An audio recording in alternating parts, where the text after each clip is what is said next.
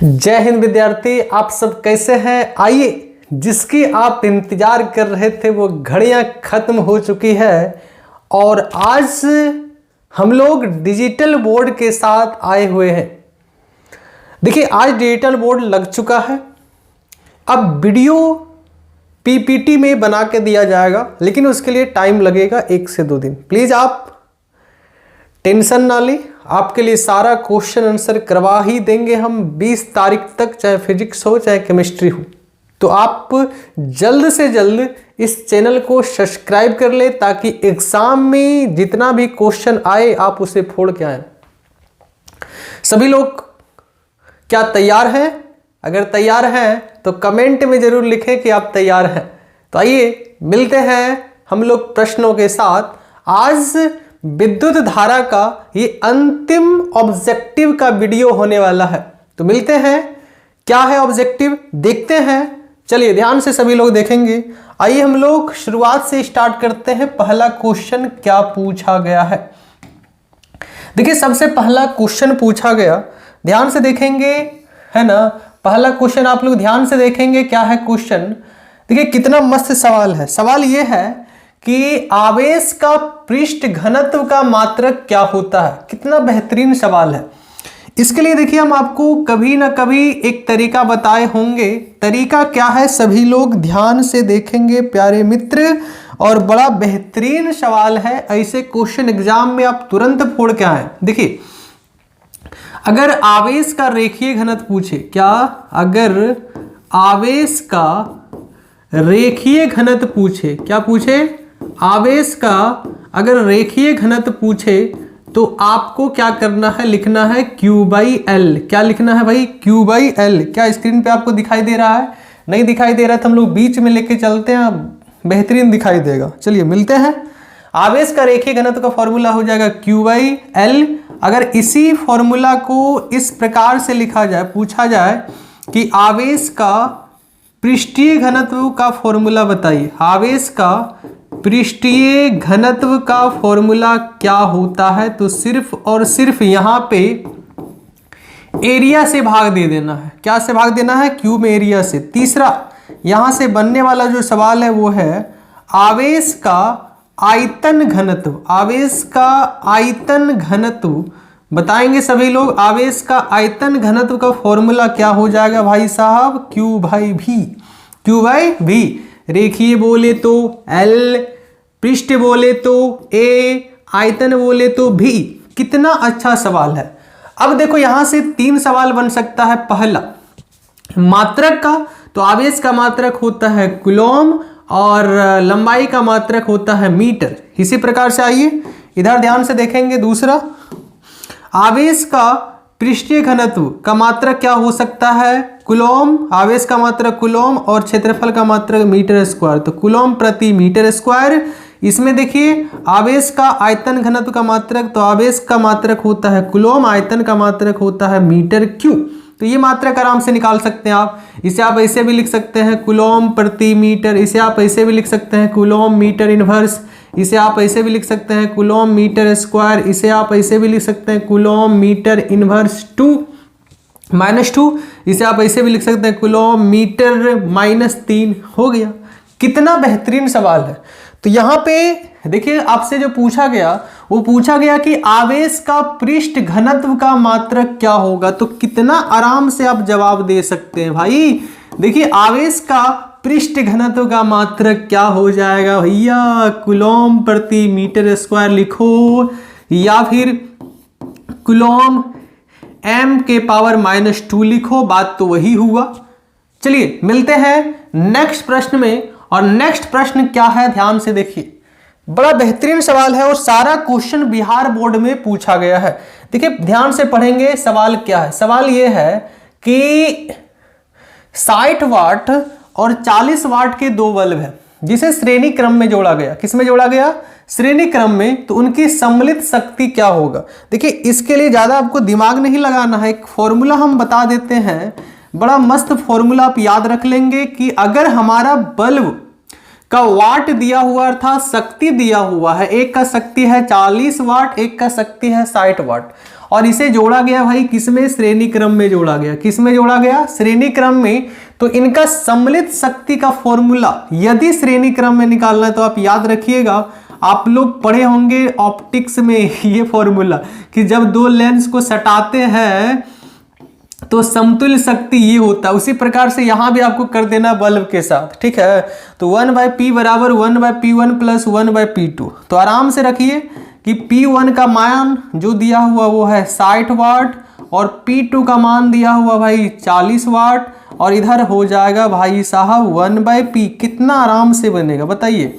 60 और 40 का एलसीएम निकाल लेंगे, तो जिसको नहीं निकालने आता लिखेंगे 60 × 40। यहाँ पे 60 से 60 खत्म, यहाँ हो जाएगा 40 और यहाँ पे बताइए 40 से 40 खत्म, यहाँ हो जाएगा 60। तो बताइए 1/P 60 और 40 कितना हो जाएगा भाई 100, इधर हो जाएगा 6 चक 2400। बताओ 2 0 से 2 0 खत्म, क्रॉस गुना कर दीजिए, P बराबर हो जाएगा 24 वाट।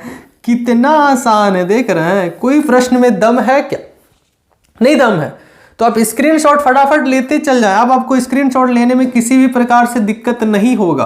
देखिए हम छोटा भी कर देते हैं, आप स्क्रीनशॉट ले लें। क्या मजेदार है भाई, मजा सवाल है, कोई दम है ही नहीं। आइए अगले प्रश्न में मिलते हैं। अगला प्रश्न भी देखिए बड़ा भयानक है। इसे भयानक बोलिएगा क्या खतरनाक बोलिएगा हमको नहीं समझ में आ रहा, लेकिन हमारे अनुसार तो लग रहा है ये हल्का है।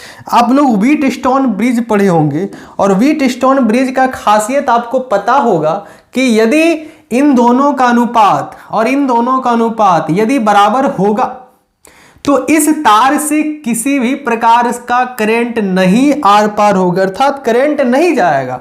देखिए 5/10 1/2 हो जाएगा, इधर भी कीजिए 4/8 1/2। क्या दोनों का अनुपात बराबर आ गया? अगर दोनों का अनुपात यदि बराबर आ जाएगा तो बीच वाले तार से करंट पास नहीं होगा। या फिर आप इसको ऐसे भी चेक कर सकते हैं, इसका प्रतिरोध और इसका प्रतिरोध गुना कर दीजिए, इसका प्रतिरोध का मान इसका प्रतिरोध का मान गुना कर दीजिए। यदि बराबर आएगा तब भी इस करंट से किसी भी प्रकार का धारा प्रवाहित नहीं होगा। देखिए 8 पंचे 40 10 चौक 40, अर्थात हमको ये पता चल गया कि भाई कि यहां से किसी भी प्रकार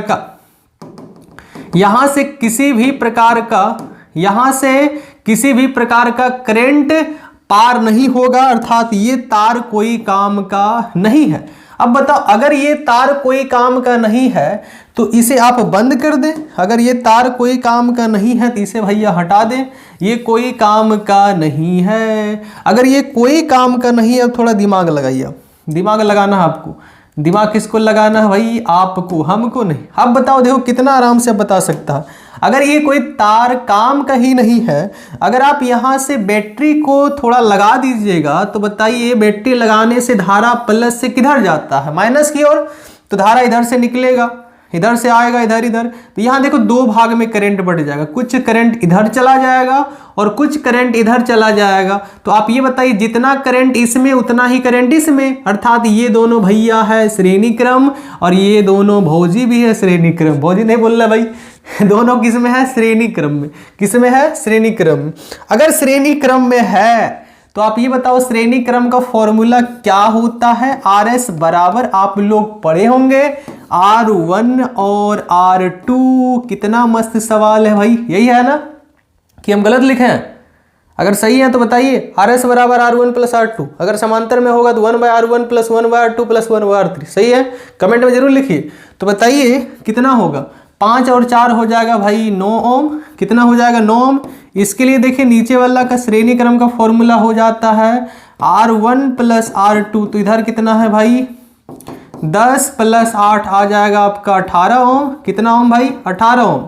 तो अब जो हमारा सर्किट बनेगा वो इस प्रकार से बनेगा। देखिए अब सर्किट बनना बड़ा आसान हो गया। अब सर्किट जो भाई इन दोनों के लिए अकेला, इन दोनों के लिए अकेला। तो अब जो सर्किट बनेगा वो इस प्रकार से बनेगा।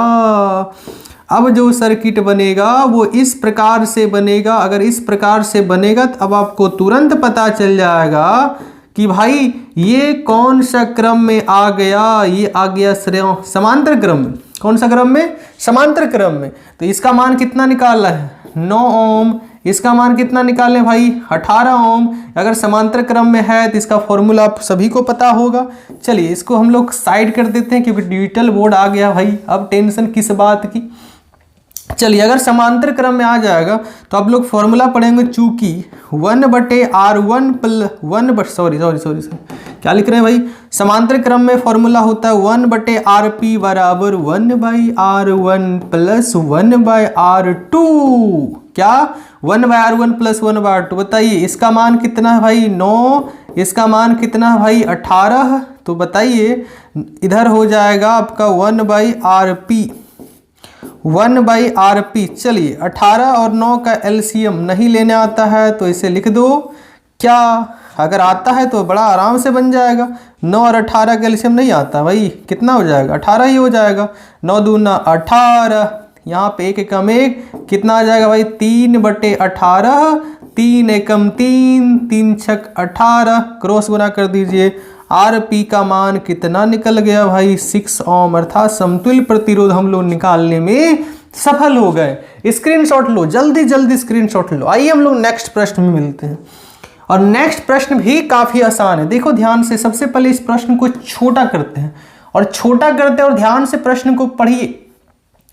प्रश्न में एकदम कुछ नहीं है, प्रश्न एकदम आसान है। देखिए दो सेल को जिनका विद्युत वाहक बल दिया हुआ है, कितना भाई दिया हुआ है E1 और इसका दिया हुआ है E2, और प्रतिरोध भी दिया हुआ है R1 और इसका दिया हुआ R2, और इसे जोड़ा गया है भाई समांतर क्रम में। किसमें जोड़ा गया है, तो इसका समतुल्य विद्युत वाहक बल क्या है। आराम से देखिए हम तरीका बताते हैं, एकदम तुरंत निकल जाएगा। समतुल्य विद्युत वाहक बल का जो आंसर हो जाएगा जब आप इसे समांतर क्रम में जोड़ेंगे, E1 यहां 1 है तो इसको गुना कर दो 2 के साथ, 1 है तो गुना कर दो 2 के साथ, दिख रहा है कि नहीं, और छोटा कर देते हैं। E1 को गुना कर दो किसके साथ भाई 2 के साथ, और E2 को गुना कर दो R1 के साथ, देखो अपने आप आ जाएगा E1 गुना R2, फिर बीच में जोड़ का चिन्ह दो E2 गुना R1, और दोनों का प्रतिरोध से डिवाइड कर देना है जोड़ के। कितना आराम से आ गया, यही इसका फॉर्मूला होता है। देखो कितना आसान है, कोई दम है क्या, याद करना ही नहीं है। 1 को 2 से गुना कर देना है, 2 को 1 से गुना कर देना, और इन दोनों को जोड़ के भागा दे देना है, आ गया इंसान आंसर। स्क्रीनशॉट लीजिए, जल्दी जल्दी लीजिए।